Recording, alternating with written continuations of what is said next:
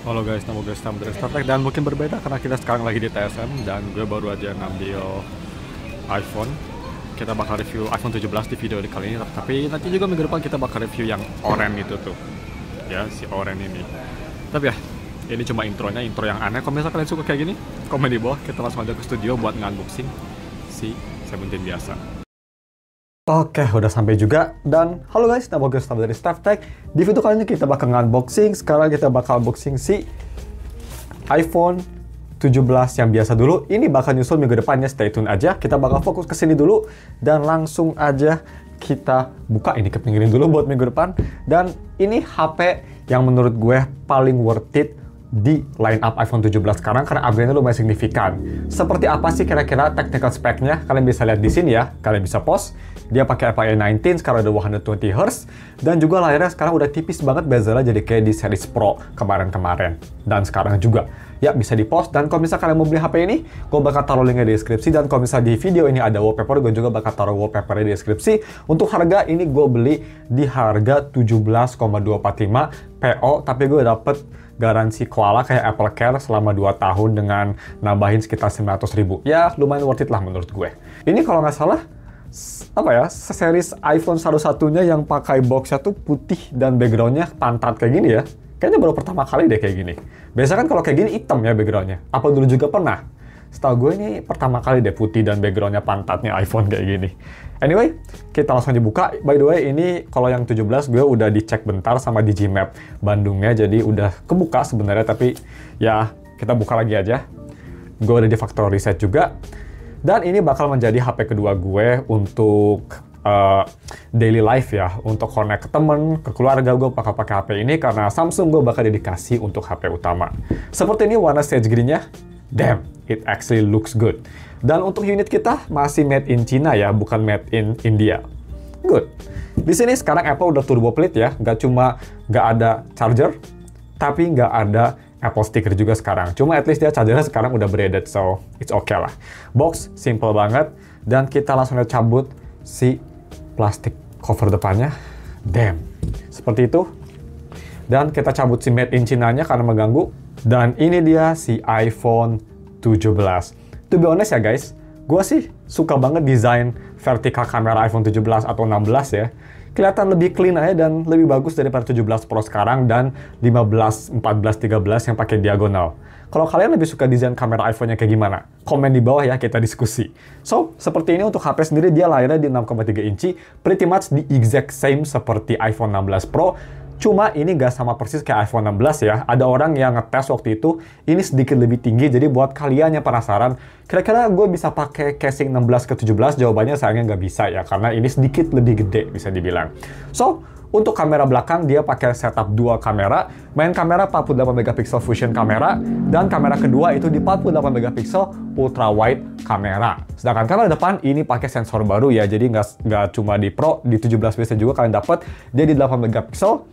18 megapiksel, sorry maksud gue, square sensor, itu sangat bagus dan bisa ngedekor sampai 4K 60 dan bisa support HDR juga untuk kamera belakang ya. So, dia itu salah satu upgrade paling besar dari iPhone ya, gue bisa bilang. Kalau misalnya kalian para selfie lover pasti cinta banget sama square sensornya, karena sekarang sensornya itu menurut gue lumayan revolutionary ya, jadi lumayan leading the pack sekarang.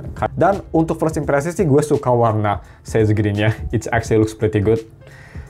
Kayak warna matcha gitu ya. Dan untuk frame samping dia full terbuat dari aluminium, dia ceramic shield 2 untuk yang depan, kalau nggak salah belakang tuh ceramic shield 1. Dan yang gue suka juga, form factor-nya kecil, terus ini enteng banget loh. Gue udah lama nggak pakai iPhone, terutama iPhone base model ya. Terakhir gue coba pakai yang size yang 6,3 inci itu iPhone 16 Pro, dan itu masih lumayan berat. Ini jauh lebih enteng. Kalau misalnya gue mau tebak, kayaknya ini 180 gitu. Iya, 176. Enteng ya. Aluminium enteng memang. Jadi, to be honest, ini pas gue pegang HP ini kerasa kayak HP mainan, karena gue kan terbiasa pakai titaniumnya S25 Ultra, tapi overall masih kerasa premium dan masih kerasa bagus sih menurut gue. iPhone 17 ini buat kalian yang nggak peduli sama cloud chaser, nggak usah kamera boba gitu, nggak terlalu butuh telefoto.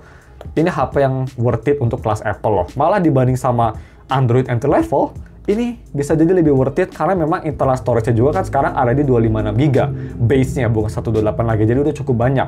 Kalau gue sendiri sih daripada milih S25 biasa, kayaknya gue lebih pilih ini ya. Mungkin kedepannya kalau S26 lebih bagus, bisa saling bisa saling perang, tapi gue denger kan S26 tuh sayangnya seperti biasa gue mau setup dulu, dan nanti kita bakal tes dikit-dikit seperti fotonya gimana dan sedikit main game juga. I'll be back guys.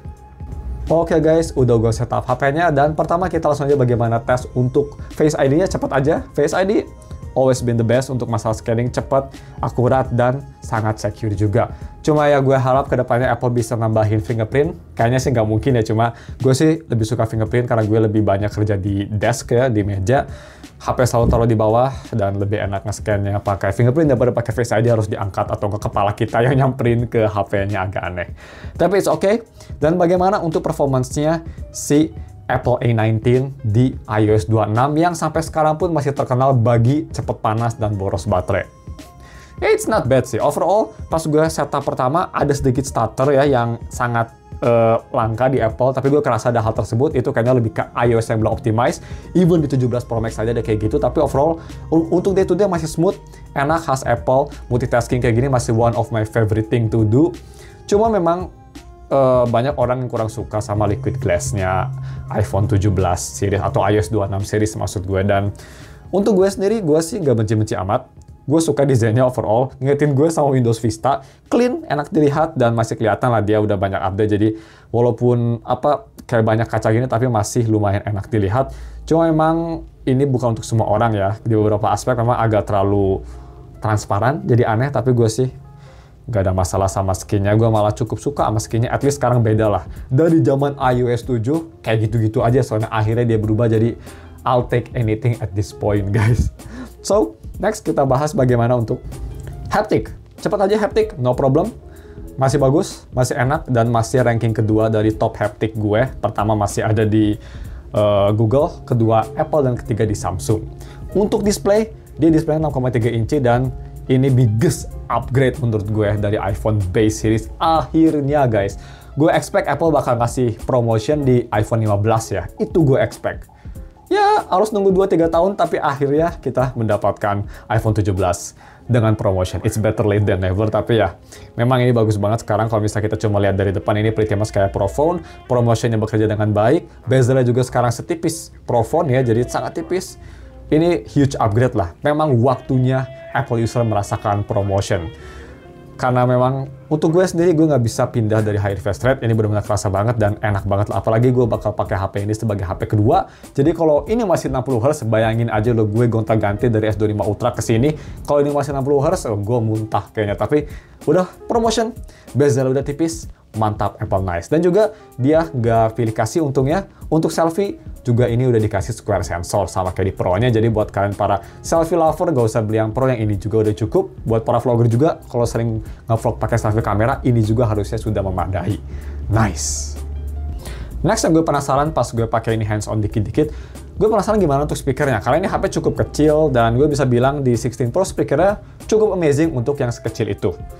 Dan gue coba tes, kalau misalnya kita coba tes apa ya? Kita coba tes ini kok kayaknya akun bukan. Oke, kita coba tes Nogla Clip.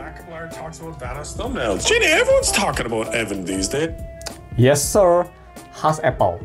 Bagus banget ya, Apple memang dari dulu selalu punya magic ngebuat speaker HP bagus banget. Ini juga bagus, bassy, clear, enak, yes. Soundstage sama separasi instrumennya nggak sebagus kayak di iPhone 17 Pro Max misal, tapi udah sangat baik untuk size-nya, dan gue bisa bilang ini suaranya malah lebih enak daripada S25 Ultra gue. Ya 11-12, tapi ini kerasa lebih bassy dan lebih clear aja menurut gue sih. Itu yang gue rasa. So speaker, great, sama seperti HP-HP Apple sebelumnya, iPhone sebelumnya, it's always been amazing. Yang gak amazing apa yang gue rasa dari HP ini? Oh ada dong pasti. Dan ini mungkin bakal kalian benci banget, terutama buat kalian yang suka nge-record video di HP ini, kalian pasti bakal benci. Apa itu? Ini nih, si port tai ini, yes, sayangnya, walaupun dia sudah USB Type-C, which is great, tapi masih Type-C 2.0. Bayangin loh, 17 juta USB Type-C 2.0. What the fuck, Apple? Semoga tahun depan dia di 3.0 atau 3.1 lah, nggak usah 3.0. 3.1 lah at least gitu. Ya, kelemahannya kalian harus sabar kalau mau transfer file, karena ini bakal jauh kerasa lebih lama. Itu aja sih yang gue benci dari HP ini, dan semoga tahun depan Apple bisa nge-upgrade. Selain itu, ini menurut gue still perfect banget untuk harganya sekarang, karena ya dia nge-upgrade-nya cukup bagus ya menurut gue, dan desainnya juga nggak aneh kayak Pro Max, dia masih simple kayak gini yang gue personal lebih suka gitu. So, bagaimana untuk si kameranya sendiri?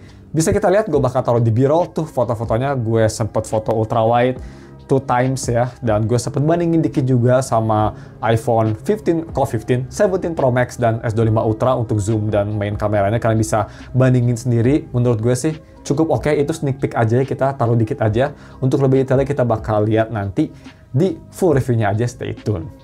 Dan untuk video recording, ini HP bisa nge-record di 4K 60, sayangnya dia belum support kayak ProRes gitu dan belum support 4K 120, tapi untuk most of the user yang pastinya udah sangat cukup banget.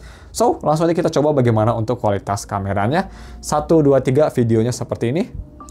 Oke guys, ini dia video recording pakai resolusi 4K 60 fps di iPhone 17 base, dan yang pastinya kalian bisa ganti ke ultra wide. Dan noise-nya nggak seburuk yang gue kira, masih cukup bagus. Untuk focus distance, oke, untuk focus distance surprisingly ini rasanya lebih dekat daripada iPhone 17 Pro Max. Lumayan bagus, walaupun sensornya lebih kecil ya. Dan untuk zoom sendiri, ini nggak ada telefoto sama sekali, jadi 2x bisa tanpa loss of quality, tapi kalau ingin maksimum zoom dia hanya di 6 kali, dan bisa kelihatan kualitasnya, cuma at least nggak ada bug yang ada di iPhone 17 Pro ya, yang ada kayak bekas salep gitu, at least di sini nggak ada lah. Seperti itu, noise management sendiri cukup oke. Kalau di ultrawide, noise managementnya juga bukan terbaik, cuma masih ada kayak vignette effect ini. Oke, not bad lah. Langsung kita balik ke main kamera. Jadi seperti itu untuk kualitas videonya. Kalian bisa komen sendiri di bawah bagaimana kualitasnya. Dan sebelum kita tutup videonya, mari kita langsung tes bagaimana kecil-kecil aja, kita cepat aja untuk si gaming performance-nya. Karena nggak kayak di iPhone 17 Pro, sayangnya di sini dia belum ada vapor chamber cooling. Yes, dia pakai Apple A19 yang technically one less GPU core, jadi nggak sekencang 19 Pro, yang artinya mungkin nggak bakal sepanas atau nggak bakal se-power hungry 17 Pro, tapi dia nggak ada vapor chamber, yang menurut gue sangat penting banget perannya, terutama di Apple device. Ya kita lihat aja bagaimana performance-nya. Overall sih, gue suka banget sama form factor HP ini ya. Yes, mungkin untuk main game agak sedikit kecil, tapi bayangin main game rhythm di sini guys. Pasti enak banget ya. Dan form factor-nya buat one-handed phone masih enak. Good. Loading sendiri absolutely fast, dan untuk gamenya sendiri sayangnya Wuthering Wave belum se-optimize yang gue kira. Ternyata bisa kita lihat dynamic island-nya juga masih ngalangin kayak gini, dan untuk settingan juga dia belum ada resolution very high, sama kayak di 17 Pro Max sayangnya bisa kita lihat. Tapi kita tes semua rata kanan. Ini gue pakai setting dystopia untuk si global filternya. Kita coba gedein dikit volumenya biar kalian bisa dengar suara speakernya. Langsung aja kita gas. Let's go. Gue ulti. Boom. Pindah ke sini.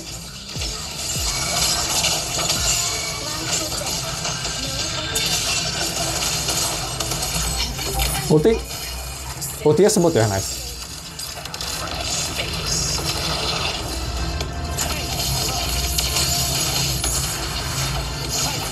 So, untuk first impression sih memang tadi ada sedikit stutter dan drop FPS, tapi itu wajar banget karena gamenya belum optimize. Pas gue tes 17 Pro Max juga seperti itu. By the way, buat yang penasaran, tadi gue udah bilang 17 Pro Max bakal tayang minggu depan. Dan untuk HP-nya sendiri, gue bisa ngerasain langsung lebih cepat panas dibanding 17 Pro Max. Kemarin 17 Pro Max dia cuma angkat aja, sekarang udah cepet panas di 17. Tapi ya gue penasaran gimana untuk long term gameplaynya. Karena untuk first impression gameplaynya sih ini sangat enak, responsif banget. Seperti itu untuk sneak peek-nya. Again, untuk lebih detail gue bakal bahas nanti gameplaynya lebih detail lagi, lebih lama lagi. Nanti di minggu ini hari biasa ya, stay tune aja di channel gue yang satu lagi, Steph Test Wibu Game. Gue udah taruh linknya juga di deskripsi. Dan segini aja videonya untuk sekarang. Bagaimana menurut gue first impression si iPhone 17 ini?